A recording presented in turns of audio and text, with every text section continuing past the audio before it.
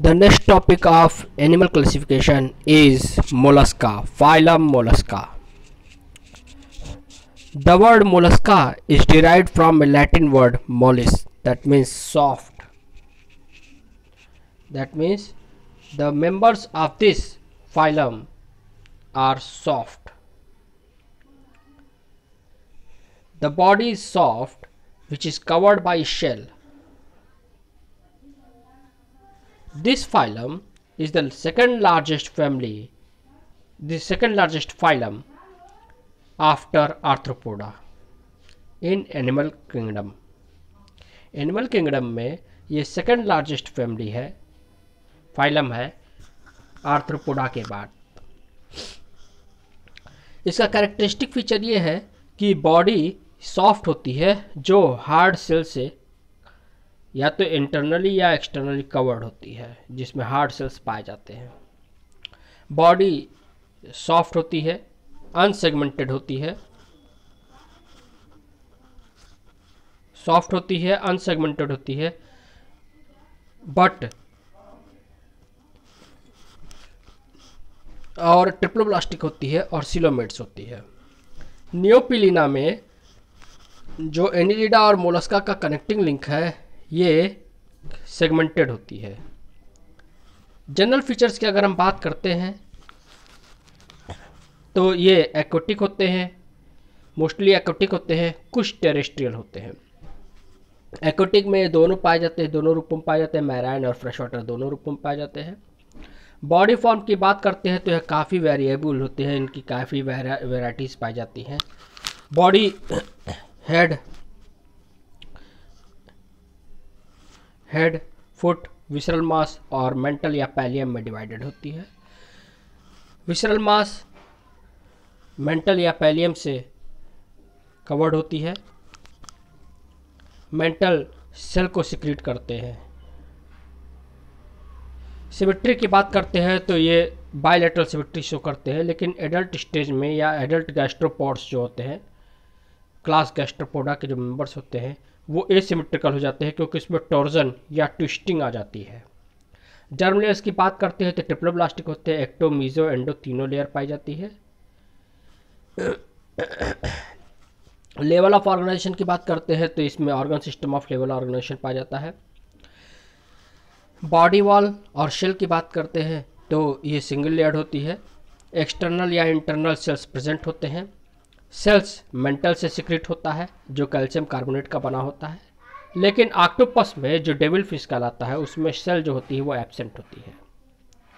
Coelom eucoelomate होते हैं ये लेकिन इसमें जो बॉडी कैविटी या सीलोम होती है वो रिड्यूस्ड हो जाती है और ये ब्लड से भरी होती है, इसीलिए इसको हीमोसिल कहते हैं। आर्थ्रोपोडा में भी हम लोग ये पढ़ चुके हैं कि उसमें भी बॉडी कैविटी रिड्यूस हो जाती है और ब्लड से भरी होने के कारण इसको हीमोसिल कहते हैं। तो आर्थ्रोपोडा और मोलस्का दोनों का बॉडी कैविटी किस टाइप की हो जाती है? हीमोसिल टाइप की हो जाती है। बहुत ही इंपॉर्टेंट क्वेश्चन है। डाइजेस्टिव सिस्टम कंप्लीट होता है, इसमें डाइजेस्टिव ग्लैंड, हिपैटोपैंक्रियाटिक ग्लैंड होती है। रेस्पिंग ऑर्गन होता है जो रेडुला का होता है और इसमें ट्रांसवर्स रोज ऑफ टीथ पाई जाती है, इसमें टीथ की रोज पाई जाती है। सर्कुलेशन ओपन टाइप होता है। हार्ट और आर्टरीज प्रेजेंट होती है, जैसे वन आर्किल और वन वेंट्रिकल होता है। सीपिया में लेकिन close type of circulatory system होता है। ब्लड की बात करते हैं तो ब्लड में कॉपर कंटेनिंग पिगमेंट होता है, जिसके कारण ये ब्लड ब्लू कलर का हो जाता है, इसे हीमोसाइनिन कहते हैं। इस पिगमेंट को क्या कहते हैं? हीमोसाइनिन कहते हैं। रेस्पिरेशन टिनिडियम, CTENIDIA, टिनिडिया या टिनिडियम सिंगुलर हो जाएगा, टिनिडियम, CTENIDIUM। ये लीफ गिल्स होती हैं, टिनिडिया या टिनिडियम। ये ब्रैंकियल रेस्पिरेशन का एग्जाम्पल होता है और पल्मोनरी रेस्पिरेशन भी होता है जो लंग्स के थ्रू होता है। तो दोनों तरीके का रेस्पिरेशन होता है। सी इसमें साइलेंट होता है, टिनिडियम में सी साइलेंट होता है। नर्वस सिस्टम 3 to 4 पेयर्स होते हैं, गैंग्लियन होते हैं। ब्रेन में जब रहता है तो इसको सेरिब्रल कहते हैं, फुट में रहता है पीडल कहते हैं, गिल्स में प्लूरल और बॉडी में रहता है तो विसरल कहते हैं। गैस्ट्रोपोडा में नर्वस सिस्टम 8 शेप का हो जाता है। Nervous system is of 8 shaped.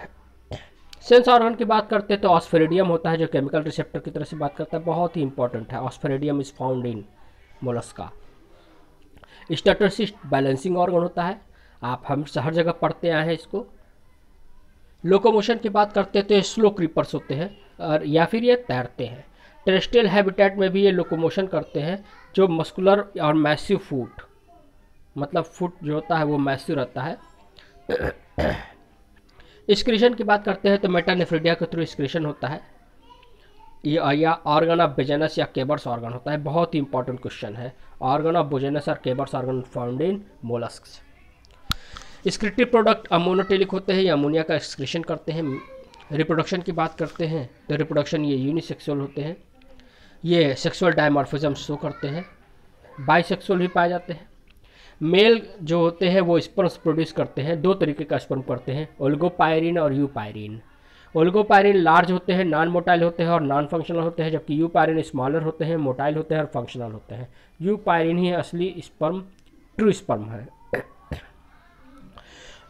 Development indirect होता है, इसमें ग्लोचिडियम लार्वा, वेलिगर लार्वा और ट्रोकोफोर लार्वा पाया जाता है। बहुत ही इंपॉर्टेंट क्वेश्चन है ये पायरिन क्वेश्चन भी, ये भी इंपॉर्टेंट क्वेश्चन है।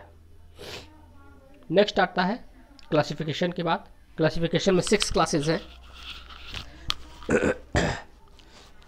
मोनोप्लेकोफोरा में सिंगल प्लेट होती है, जैसे इसका एग्जांपल है न्यूपिलिना। ये कनेक्टिंग लिंक है किसका? एनिलिडा और मोलस्का का। मोलस्का और एनिलिडा का कनेक्टिंग लिंक कौन है? न्यूपिलिना। पॉलीप्लेकोफोरा में 8 प्लेट्स होती है, या इसको एम्फीन्यूरा भी कहते हैं। इसे 2 pairs of interconnected nerve cord होती हैं। काइटान और न्यूमेनिया होते हैं इसके एग्जाम्पल। स्काफोपोडा में फुट इलांगेटेड होता है और टस्क शेप होता है। डेंटेलियम एलिफेंट टस्क सेल, ये बहुत इंपॉर्टेंट है। डेंटेलियम एलिफेंट टस्क सेल लंबा सा होता है, इसके दोनों ओपनिंग खुली होती है। ये डिग करने में, खोदने में काम करता है। ये कोनिकल शेप का होता है। गैस्ट्रोपोडा ये largest class of the mollusc है, बहुत इंपॉर्टेंट क्वेश्चन है। Largest class of Mollusca is Gastropoda. इसमें